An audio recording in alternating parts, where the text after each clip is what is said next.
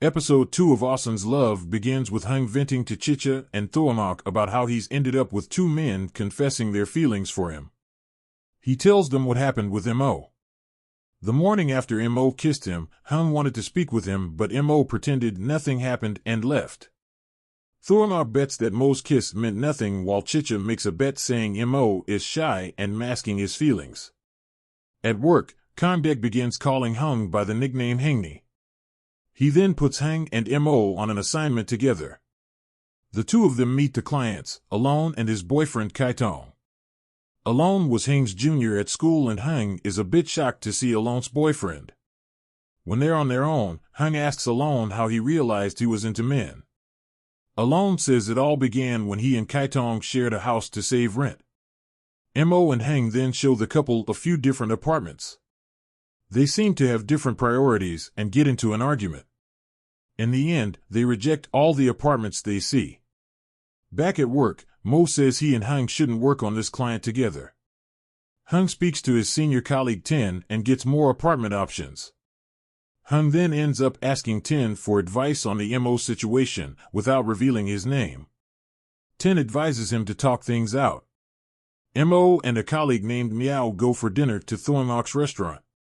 We see that Meow clearly has a crush on Thoamak. She then gets Mo to open up about his bad mood.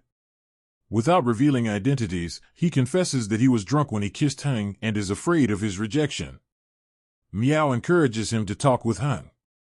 But Mo doesn't think Hung likes him back, due to his reaction, and wants to make sure they stay friends. At home that night, Mo brings up the kiss. But he plays it off as a prank and nothing more. The next day, Alon and Kaitong continue to argue about the apartment. Hung vents about it to Mo. Kondek then calls Hung to the office roof and offers him a lunchbox. Hung enjoys the food and they discuss the case of Alon and Kaitong. Kondek reminds Hung of how he diplomatically solved a tough case of a father and son during his early days at work. Soon after that case, a thief tried to steal Kondek's bag and Hung brought it back. Hung then helped bandage Kondek's sprained ankle. At present, Kondek admits that's when he realized he had feelings for Hung. Hung tries to say he doesn't feel that way, but they are interrupted by Mo, who storms up to Kondek and argues that he's exploiting his authority. Mo admits that he likes Hung too, and he and Kondek argue about who knows Hung better. They both quite literally butt heads, but when a client calls, they simply drop the argument and get to work. At the bar that evening, Mo tells Hung that he does really like him. Hung asks Mo if he only moved in with him because he wanted something in return. The question offends Mo, who says he'll move out and leaves. Even Chicha and Thoamak tell Hung he shouldn't have said that. Hung goes home to find it empty except for an omelette that Mo had cooked for him. The next day, Hung finds that Alon and Kaitong have made up and chosen the first place they saw. It was a simple matter of doing some renovations and wanting to come home to each other. This makes Hung realize something, and he rushes off to find Mo. Meow tells him that Mo took the afternoon off. Hung runs home to find that Mo is about to leave. He apologizes and asks Mo to stay, as a friend. Mo also apologizes and says he can't be just friends with Hung. He takes his suitcase and leaves. The next day at work, Mo refuses to tell Hung where he slept. Kondek then calls for a meeting and announces that they are going for a company retreat.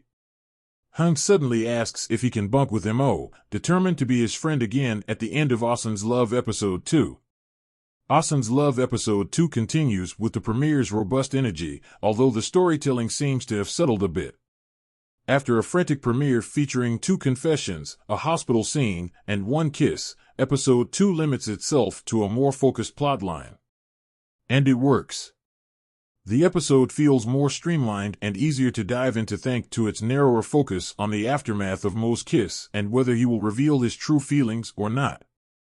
The trajectory of Alon and Kaitong's relationship house hunting issues also makes an interesting parallel to Mo and Heng's conflict. The writing and editing are both tighter, even the comedy lands softer and better, like in the argument between Mo and Kondek. All 3 main characters, Heng, Mo, and Kondek, feel a little less slapstick and a little more human, which bodes well for the following episodes.